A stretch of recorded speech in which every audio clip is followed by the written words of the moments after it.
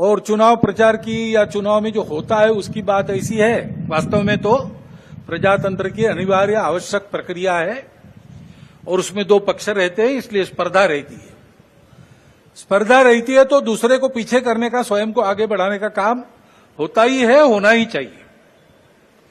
परंतु उसमें भी एक मर्यादा है, असत्य का उपयोग नहीं करना।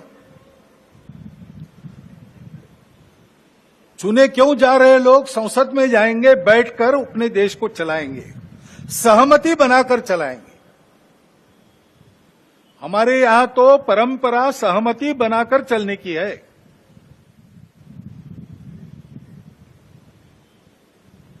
समानो मंत्र समिति समानी समानम मनस सहचित्तमेषाम।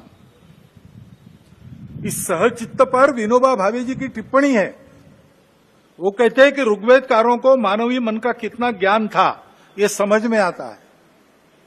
सब जगह उन्होंने सम कहा है, समानो मंत्र समिति समानी समानम मना, लेकिन चित्त के बारे में सम नहीं कहा, क्योंकि प्रत्येक व्यक्ति का चित्त मानस अलग अलग होता ही है और इसलिए 100% मतों का मिलान होना संभव नहीं है। लेकिन जब समाज में लोग अपना चित्त अलग अलग होने के बाद भी हमको साथ ही चलना है ऐसा निश्चय करते हैं तो सहचित्त बन जाता है। वास्तव में संसद क्यों है और उसमें दो पक्ष क्यों है? इसलिए है कि दोनों पहलू उजागर हो। किसी भी सिक्के के दो पहलू रहते हैं, ऐसे किसी भी प्रश्न के दो पहलू रहते हैं। एक पक्ष एक पहलू का विचार करता है तो दूसरे पक्ष ने दूसरा पहलू उजागर करना है ताकि जो होना है वो पूर्णतः ठीक हो, सहमति बने। इसलिए संसद बनती है, लेकिन ऐसी सहमति बनना स्पर्धा करके आए लोगों में थोड़ा कठिन भी रहता है और इसलिए हम बहुमति का आसरा लेते हैं। उसके लिए स्पर्धा चलती है। ये स्पर्धा है, कोई आपस का युद्ध तो है नहीं। जिस प्रकार ये बातें हुई, जिस प्रकार एक दूसरे को लताड़ना हुआ, जिस प्रकार प्रचार के दौरान हमारे करने से समाज में मनमुटाव बढ़ेगा, दो गठ बटेंगे, आपस में शंका संशय उत्पन्न होगा, इसका भी ख्याल नहीं रखा गया और विनाकारण संघ जैसे संगठनों को भी उसमें खींचा गया।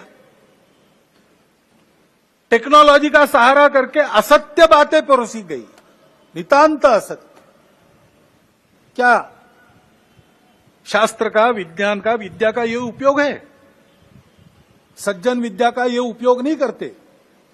विद्या विवादाय ये खलस्य, ऐसा कहा है। विद्या विवादाय धनम मदाय शक्ति परेशान परपीडनाय खलस्य साधो विपरीतमेतत् ज्ञानाय दानाय च रक्षणाय। विद्या का उपयोग प्रबोधन करने के लिए होता है, लेकिन आधुनिक विद्या टेक्नोलॉजी का उपयोग असत्य परोसने के लिए किया गया। ऐसे से देश कैसे चलेगा भाई? आखिर सबको देश ही चलाना है ना। दो पक्ष है, विरोधी पक्ष कहते हैं, मैं प्रतिपक्ष कहता हूं। वो विरोधी नहीं है, उसको विरोधी मानना भी नहीं चाहिए। वो प्रतिपक्ष है, वो एक पहलू उजागर कर रहा है, उसका भी विचार होना चाहिए। ऐसा जब चलना है तो चुनाव लड़ने में भी एक मर्यादा होती है। उस मर्यादा का पालन नहीं हुआ, क्योंकि उसका पालन होना इसलिए आवश्यक है कि हमारे देश के सामने चुनौतियां समाप्त नहीं हुई। अब सरकार बन गई, वही सरकार फिर से आ गई, एनडीए। अब ये ठीक है, पिछले 10 वर्षों में बहुत कुछ अच्छा हुआ है। आर्थिक हमारी स्थिति, आधुनिक दुनिया जिन मानकों को मानती है, जिसके आधार पर आर्थिक स्थिति का मापन करती है, उनको लगाए तो हमारी आर्थिक स्थिति बहुत अच्छी हो रही। सामरिक स्थिति हमारी निश्चित रूप से पहले से अधिक अच्छी है। दुनिया भर में हमारे देश की प्रतिष्ठा बढ़ी है।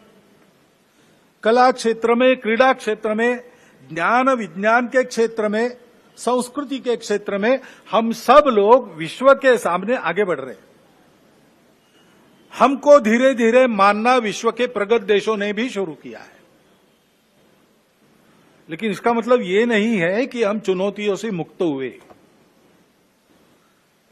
अभी उन बातों से मुक्त होकर जो चुनाव के आवेश में अतिरेक हो गया, उससे मुक्त होकर हमको आने वाली बातों का विचार करना है।